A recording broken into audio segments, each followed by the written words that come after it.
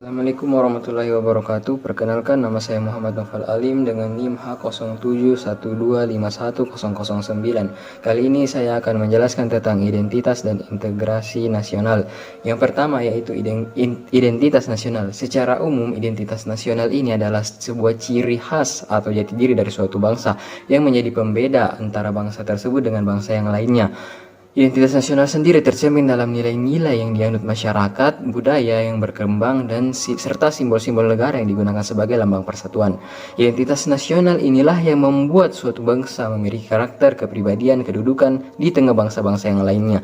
Tanpa identitas, sebuah bangsa akan kehilangan arah dan mudah dipengaruhi oleh budaya luar. Contoh identitas nasional Indonesia antara lain seperti Pancasila sebagai dasar negara, Bhinneka Tunggal Ika, bahasa Indonesia sebagai bahasa persatuan, Bhinneka Tunggal Ika, bendera negara, dan lagu kebangsaan yang dijadikan sebagai sebuah simbol pemersatu dalam suatu negara. Identitas ini juga berfungsi untuk membentuk rasa nasionalisme serta memberikan rasa bangga dan memiliki terhadap suatu negara tersebut. Yang kedua yaitu integrasi nasional. Integrasi nasional ini adalah sebuah proses untuk menyatukan berbagai kelompok masyarakat yang memiliki perbedaan suku, agama, budaya, bahasa, serta adat istiadat agar dapat hidup rukun dan bersatu dalam suatu kesatuan bangsa. Integrasi nasional sangat penting bagi Indonesia yang memiliki keberagaman yang sangat besar. Tanpa integrasi, perbedaan justru dapat menimbulkan sebuah konflik atau perpecahan. Dengan adanya integrasi, masyarakat dapat saling menghargai dan bekerja sama demi kepentingan bersama. Proses integrasi nasional dapat terwujud melalui toleransi antar umat beragama, rasa senasib, sepenanggungan, penggunaan bahasa Indonesia dalam komunikasi nasional, serta pengamalan nilai-nilai Pancasila dalam kehidupan sehari-hari. Integrasi nasional ini juga dapat membantu untuk memperkuat kesatuan dan keutuhan dari NKRI tersebut. Maka dapat kita simpulkan bahwasannya integrasi dan identitas nasional ini adalah kedua hal yang saling berkaitan dan sangat penting untuk menjaga Indonesia tetap utuh, damai, dan harmonis. Sebagai generasi muda, kita juga memiliki tanggung jawab untuk menjaga identitas bangsa dan memperkuat integrasi nasional dengan senantiasa menjaga dan mengamalkannya. Perkenalkan, nama saya Muhammad bin Hardi Kamal dengan NIM H0712510014 kelompok 5 PKN. Hari ini saya akan mempresentasikan materi saya tentang fungsi identitas nasional. Jadi, ada beberapa fungsi identitas nasional, yaitu sebagai berikut. Pertama, sebagai perekat sosial. Identitas nasional menyatukan kelompok-kelompok yang beragam dalam suatu kerangka bersama. Kedua, sebagai legitimasi politis dan negara. Identitas nasional memberikan dasar moral dan simpati bagi sistem negara bangsa. Contoh, studi menunjukkan moto Bhinneka Tunggal Ika menjadi sumber politik dan identitas budaya dalam pembentukan hukum Indonesia. Ketiga, sebagai orientasi sosial. Identitas nasional membantu individu memahami kita dan lainnya, yang bisa jadi positif, kohesi, atau negatif, eksklusivitas. Dan yang terakhir yaitu sebagai basis bagi integrasi dan partisipasi. Identitas nasional yang terbuka dan inklusif memfasilitasi partisipasi warga dalam kehidupan sosial politik negara. Baik, saya kira itu saja yang dapat saya sampaikan untuk kali ini. Perkenalkan, saya Rasya Rahmadina dari Fakultas Hukum dengan NIM B021251014. Jadi di sini saya ingin menjelaskan beberapa fungsi integrasi nasional. Yang pertama, menjaga keutuhan NKRI, yang dimana integrasi nasional berfungsi menyatukan seluruh unsur bangsa yang beragam, seperti suku, agama, ras, dan juga budaya, agar tidak terpecah belah sehingga keutuhan wilayah dan bangsa tetap terjaga. Yang kedua, membangun persatuan dan solidaritas antar warga negara. Dengan adanya integrasi, masyarakat Indonesia dapat hidup rukun, saling menghargai perbedaan, dan juga bekerja sama dalam mencapai tujuan bersama. Yang ketiga, mencegah konflik sosial dan disintegrasi bangsa. Integrasi nasional berperan penting dalam mencegah perpecahan akibat perbedaan kepentingan, politik, ekonomi, dan ideologi melalui penanaman nilai toleransi dan persaudaraan. Yang keempat, menumbuhkan rasa cinta tanah air dan nasionalisme. Dengan kesadaran integrasi, setiap warga negara memiliki rasa bangga dan juga tanggung jawab terhadap bangsa, serta berkomitmen untuk menjaga kehormatan Indonesia. Yang kelima, mewujudkan stabilitas nasional. Integrasi yang kuat menciptakan suasana aman dan juga damai, yang menjadi dasar penting bagi pembangunan di bidang politik, ekonomi, sosial, dan juga budaya. Yang keenam, memperkuat identitas nasional di tengah globalisasi.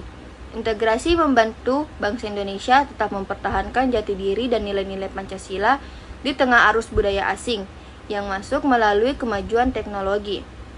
Yang ketujuh, menjadi landasan pembangunan nasional yang berkelanjutan. Dengan masyarakat yang terintegrasi, pembangunan dapat berjalan secara merata dan berkelanjutan di seluruh wilayah Indonesia tanpa hambatan konflik. Yang kedelapan, mendorong pemerataan keadilan sosial dan kesejahteraan.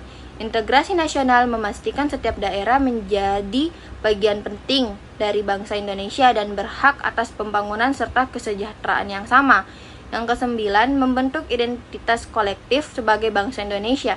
Melalui integrasi, berbagai perbedaan dilebur menjadi satu kesatuan identitas, yaitu bangsa Indonesia, yang berpedoman sebagai semboyan Bhinneka Tunggal Ika.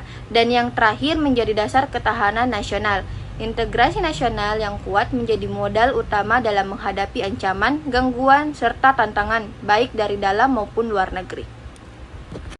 Perkenalkan, saya Arianita Slima Said, NIM B0212511001 dari Fakultas Hukum. Saya akan menjelaskan pada bagian faktor pendorong integritas dan identitas nasional. Yang pertama, pada bagian integritas nasional, faktor pendorongnya yang pertama adalah rasa senasib dan seperjuangan yang diakibatkan oleh sejarah. Yang kedua adalah keinginan untuk bersatu. Yang ketiga, ideologi nasional Pancasila. Yang keempat, simbol-simbol negara seperti sang merah putih dan juga lambang burung Garuda serta semboyan Bhinneka Tunggal Ika. Yang kelima adalah adanya ancaman dari luar, dan yang keenam, semangat persatuan, kesatuan, dan juga toleransi. Untuk bagian identitas nasional, yang pertama adalah faktor objektif yang bersifat alamiah. Faktor objektif ini merupakan bawaan yang melekat pada bangsa Indonesia secara alami, seperti letak geografis. Yang kedua adalah faktor subjektif yang bersifat historis dan sosial. Nah, faktor subjektif ini merupakan faktor yang terbentuk melalui proses sejarah dan interaksi sosial politik. Baik, itu saja penjelasan dari saya. Baik, saya Siti Asmasika Asnawing dengan nomor induk mahasiswa H071251003. Kali ini akan menjelaskan beberapa hambatan dan risiko mengenai integritas dan identitas nasional. Yang akan pertama kita bahas itu ialah integrasi nasional. Terdapat 3 hambatan atau resiko terhadap integritas nasional, yaitu fragmentasi sosial akibat identitas etnis atau agama atau kelas yang kuat namun tidak terhubung dengan identitas nasional, atau bisa dibilang dengan kurangnya persatuan dalam perbedaan. Fragmentasi seperti ini biasanya disebabkan oleh etnosentrisme, fanatisme akibat dari politik identitas yang akan kita bahas nanti, atau bahkan akibat dari diskriminasi yang akan kita juga bahas nanti. Hal ini terjadi apabila 2 atau lebih kelompok merasa kelompok mereka lebih superior dari yang lain. Apabila keduanya kerap memiliki sentimen buruk terhadap satu sama lain, bisa jadi mereka kerap menyalahkan kelompok lainnya, lalu memicu konflik hingga terjadi eskalasi yang dapat berakibat fatal. Hal seperti ini tentu melenceng dari sila ketiga Pancasila yang berbunyi Persatuan Indonesia. Dan jika ini terus berlanjut, ini dapat menggoyahkan integritas nasional kita. Lalu yang kedua, ada diskriminasi, ketidakadilan sosial atau ekonomi yang membuat kelompok merasa terpinggirkan, yang menghambat partisipasi dan kohesi. Bila mana terdapat golongan yang kerap diabaikan, tidak didengar, dan merasa dinomorduakan, hal seperti ini dapat melesukan semangat golongan tersebut untuk berpartisipasi. Bagi mereka, kalau tidak dihiraukan, buat apa kami ikut? Respon seperti ini lebih lanjut akan menjauhkan mereka dari kelompok lainnya, sehingga merenggang rasa persatuan antara keduanya dan juga merenggangkan tali silaturahmi. Lebih lanjut, ini dapat menyebabkan stigma di antara kedua kelompok, sehingga peluang adanya kebencian dan konflik akan terbuka lebih lebar bagi mereka. Lalu yang ketiga ada polarisasi politik atau narasi ekstrem yang memecah belah, seperti narasi tentang kita versus mereka. Politik, propaganda, atau narasi seperti ini seharusnya tidak dihiraukan dan dihapuskan, karena polarisasi ekstrem seperti ini malah menjerumuskan kepada kebencian dan disintegritas. Biasanya, narasi seperti ini terlalu mengagungkan suatu kelompok dan merendahkan kelompok lainnya. Tentu hal ini tidak sesuai dengan Indonesia yang bersemboyan Bhinneka Tunggal Ika, yang berarti berbeda-beda tapi tetap satu. Indonesia yang menjunjung tinggi keberagaman budaya, agama, dan identitas lainnya seharusnya menganggap sama rata seluruh penduduknya, bukannya mengambing hitamkan satu sama lain. Lanjut, kemudian terdapat pula 3 risiko atau hambatan mengenai identitas nasional, yang diantaranya, identitas nasional yang eksklusif atau menolak pluralitas dapat memicu konflik antar golongan dan melemahkan kohesi sosial. Maksudnya, identitas kebangsaan hanya dimaknai dari perspektif kelompok tertentu saja. Jikalau identitas nasional hanya dianggap hanya mewakili satu suku, satu agama, atau satu budaya, maka kelompok lain merasa tidak termasuk atau tersingkirkan. Hal ini tidak sesuai dengan semboyan negara kita, di mana kita yang seharusnya merupakan negara yang penuh keberagaman, malah hanya diwakilkan dengan satu saja identitas. Hal seperti ini juga berpotensi memicu konflik antar golongan, akibat merasa tersingkirkannya kelompok tersebut karena mereka merasa tidak mendapat ruang yang sama dalam kehidupan berbangsa. Lalu yang kedua, terdapat globalisasi, migrasi, dan media sosial yang mempercepat perubahan identitas dan menciptakan fragmentasi identitas, di mana individu memiliki identitas ganda atau bertentangan. Ketiganya membuat perubahan identitas terjadi dengan sangat cepat. Banyak orang akhirnya memiliki identitas ganda, bahkan identitas yang saling bertentangan. Contohnya, seseorang bisa merasa sebagai warga daerah, warga nasional, sekaligus bagian dari komunitas global di internet. Kondisi ini disebut dengan fragmentasi identitas. Jika tidak diarahkan dengan baik, fragmentasi identitas bisa membuat masyarakat lebih terikat pada identitas kelompok tertentu daripada identitas kebangsaannya. Lalu terdapat yang terakhir, yaitu studi meta-analisis menyebut bahwa meskipun identitas nasional berdampak pada integrasi sosial, efeknya bersifat menengah dan tidak otomatis. Artinya, perlu kondisi lain seperti pendidikan, kebijakan inklusi agar integrasi benar-benar terwujud. Identitas nasional saja tidak cukup untuk menciptakan integrasi. Harus ada faktor pendukung lain, seperti pendidikan yang inklusif, kebijakan pemerintah yang adil, serta ruang dialog antar kelompok. Tanpa itu semua, identitas nasional mudah rapuh dan tidak mampu menjadi perekat masyarakat. Dan hanya segitu saja yang dapat saya sampaikan. Mohon maaf bila terdapat kesalahan atau kekurangan. Sekian, terima kasih. Perkenalkan, nama saya Dwi Hartanto dengan NIM H071251010 dari Fakultas Matematika dan Ilmu Pengetahuan Alam. Integrasi nasional itu sebenarnya adalah proses bagaimana seluruh masyarakat Indonesia dengan perbedaan sukunya, agama, budaya, dan juga latar belakang bisa tetap bersatu sebagai satu bangsa. Tetapi dalam prosesnya, ada beberapa hambatan yang seringkali muncul. Hambatan pertama adalah fragmentasi sosial. Hal ini terjadi ketika masyarakat terlalu menonjolkan identitas kelompoknya, seperti identitas suku, agama, atau kelas sosial, sampai lupa bahwa kita semua juga punya identitas sebagai bangsa Indonesia. Contoh sederhananya, di beberapa daerah atau lingkungan, orang lebih nyaman bergaul dengan kelompoknya sendiri. Misalnya, antar suku saling menjauh karena beda budaya atau stereotip tertentu, yang mengakibatkan hubungan antar kelompok jadi renggang dan rasa persatuan sebagai bangsa melemah. Hambatan kedua adalah diskriminasi dan ketidakadilan, baik itu dalam bidang pendidikan, ekonomi, maupun pelayanan pemerintahan. Kalau ada kelompok yang merasa diperlakukan tidak adil, mereka akan merasa terpinggirkan dan tidak dianggap sebagai bagian yang sama penting dalam bangsa ini. Contoh nyatanya, daerah yang kurang mendapat fasilitas pendidikan dan kesehatan merasa dianaktirikan. Terus contoh yang kedua adalah kelompok minoritas yang sering mendapat perlakuan tidak adil atau stereotip negatif. Jika kondisi ini terus terjadi, mereka akan sulit merasa memiliki negara dan ini menghambat integrasi nasional. Hambatan ketiga adalah polarisasi politik. Hal ini terjadi ketika masyarakat terpecah karena perbedaan pandangan atau pilihan politik, lalu saling menuduh, saling benci, dan akhirnya muncul sikap kita versus mereka. Contoh nyatanya, kita seringkali lihat di media sosial, dua kelompok dengan pilihan politik berbeda saling menyerang. Padahal tujuan politik itu seharusnya untuk membangun bangsa bersama.